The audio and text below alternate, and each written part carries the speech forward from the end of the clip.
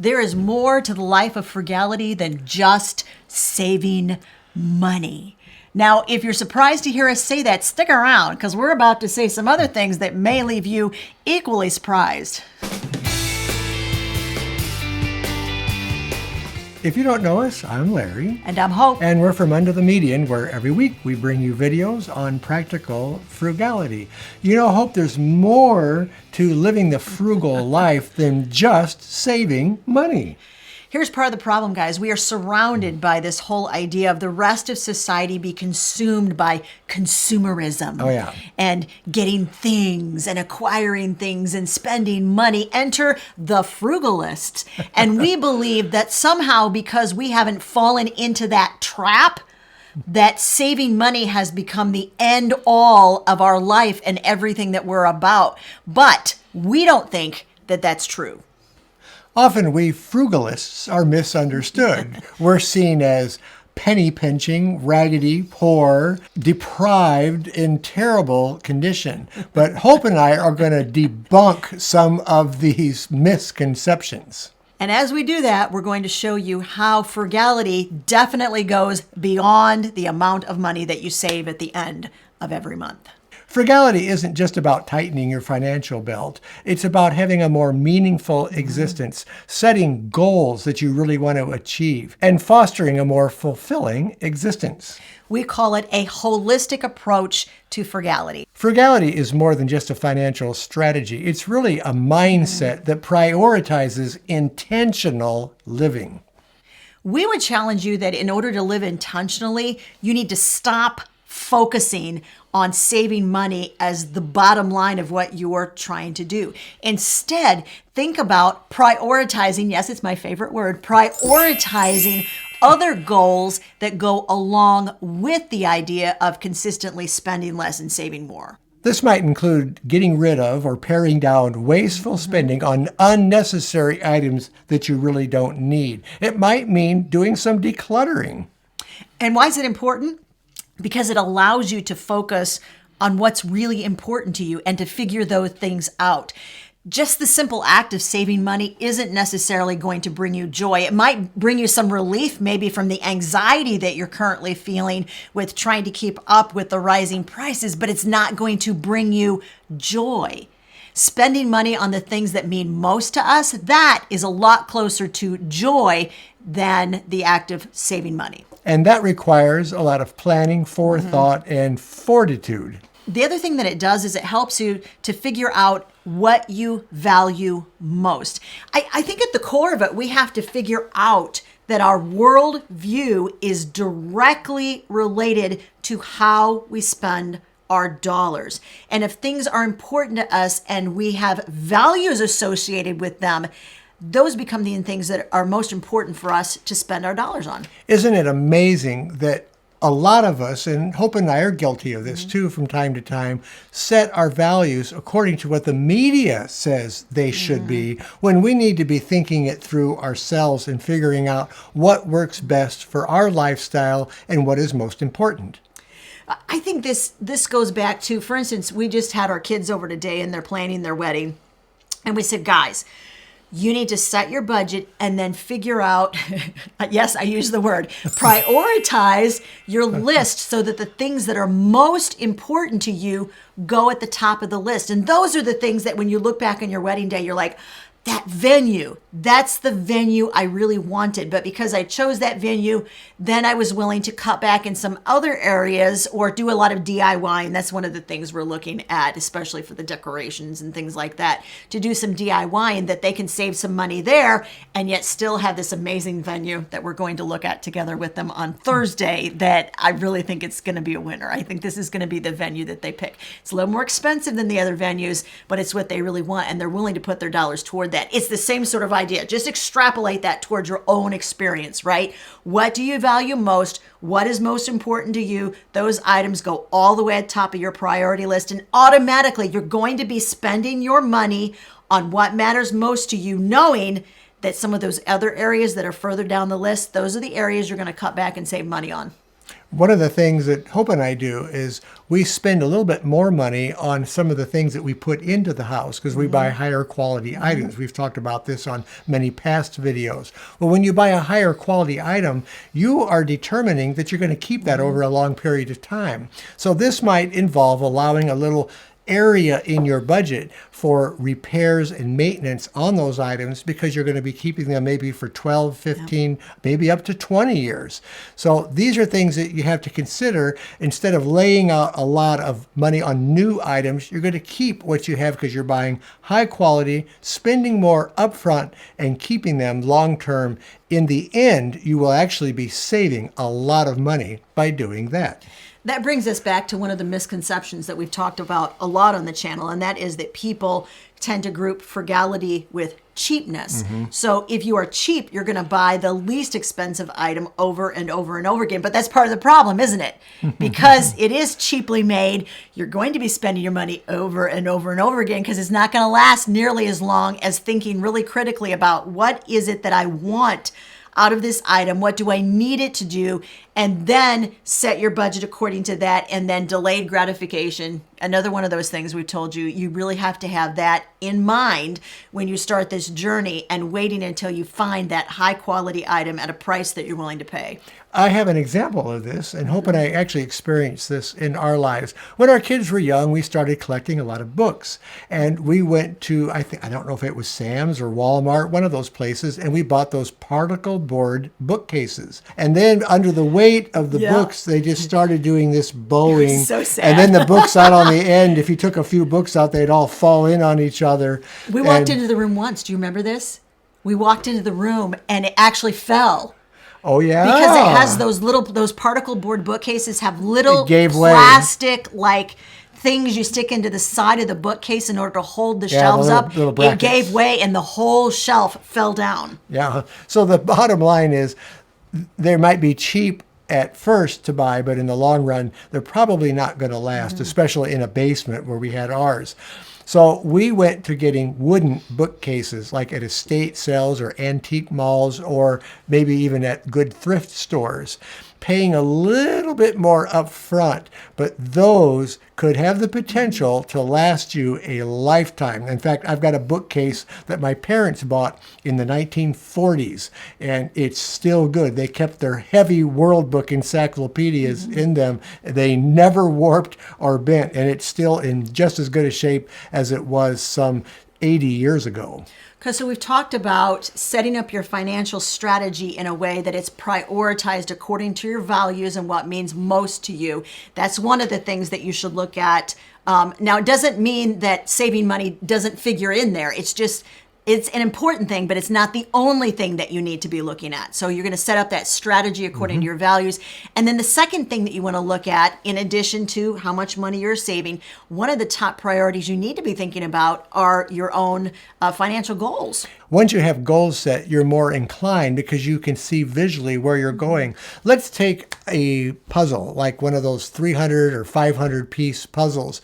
Imagine getting a box of all these puzzle pieces, but the box doesn't have the picture on it, so you can't see what the end product is supposed to look like. You have no idea what this picture is going to be. Well, that's like saving money without goals. If you're saving money just for the sake of saving and you don't have a clear picture of where you're going with those goals, then that savings program probably isn't going to be as effective for you.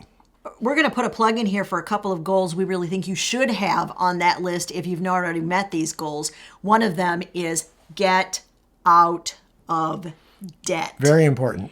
Right now, the economy is, I would say, in flux. You had a couple of other really good words for it. Well, I would say there's quite a bit of uncertainty that harbors around the current economy. Yeah.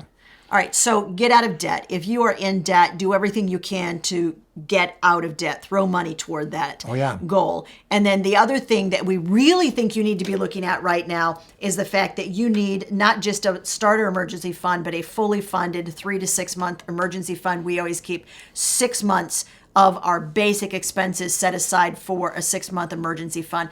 Larry and I are huge fans of writing goals down, but don't just write them down. because you'll stick them in a drawer somewhere and forget all about them and you'll never see them again.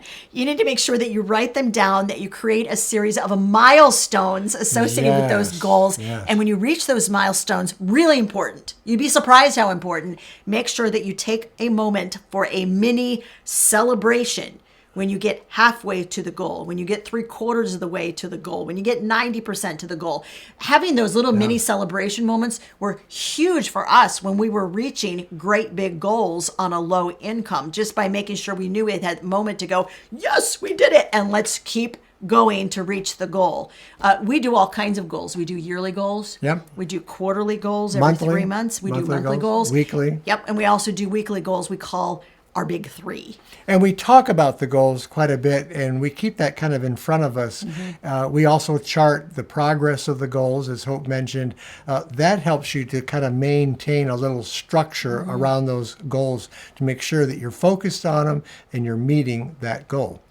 We kind of call this a goal ladder because each of the goals sort of gets you from one point of the ladder to the next, to the next, to the next. Like the yearly goals interconnect with the quarterly goals and the monthly goals and the weekly goals.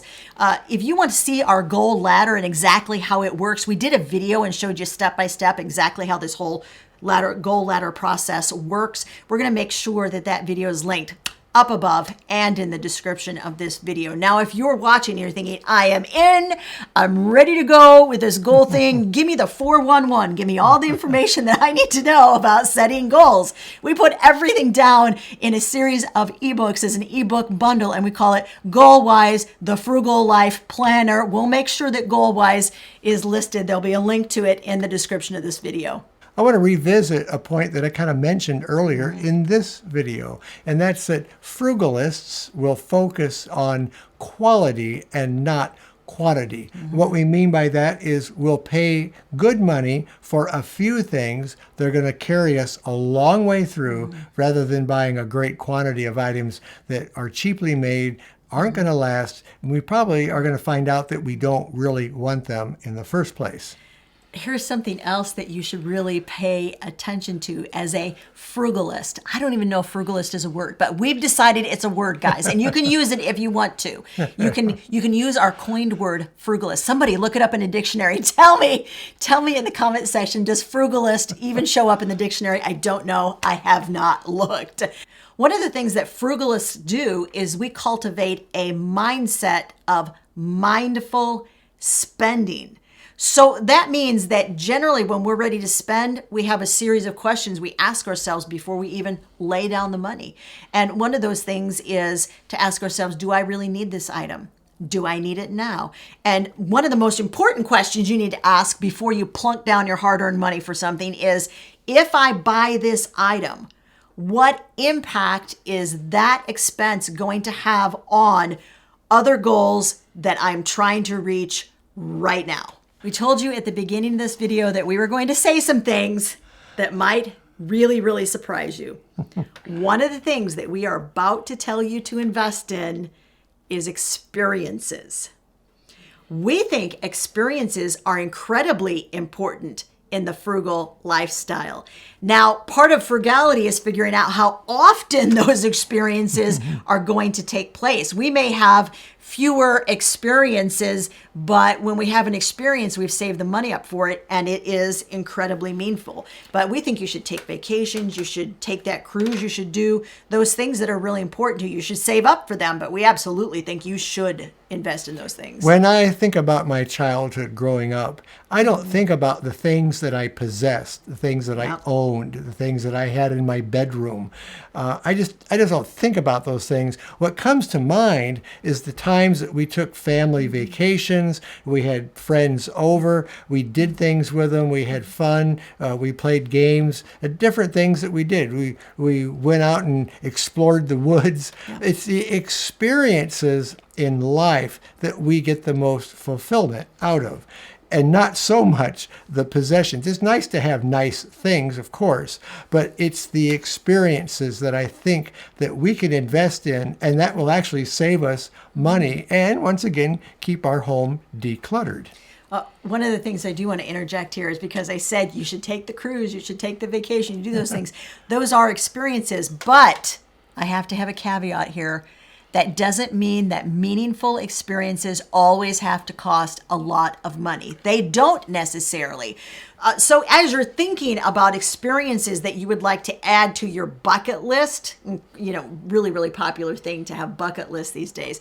So you're going to start a bucket list and put some of those experiences on there. We would challenge you to fill your bucket list part of the way with some experiences that aren't going to cost you a lot of money, as well as a few of those experiences that are going to cost you a little bit of hard-earned coin. I think a nice balance between those two is super important. How do you measure the impact that frugal living is having on your life? How efficiently and effectively you handle your own money has a lot to do with what your savings rate will be. And the better you get at cutting down unnecessary expenses and really tightening up how you handle your finances will have a great bearing on how much you're able to save.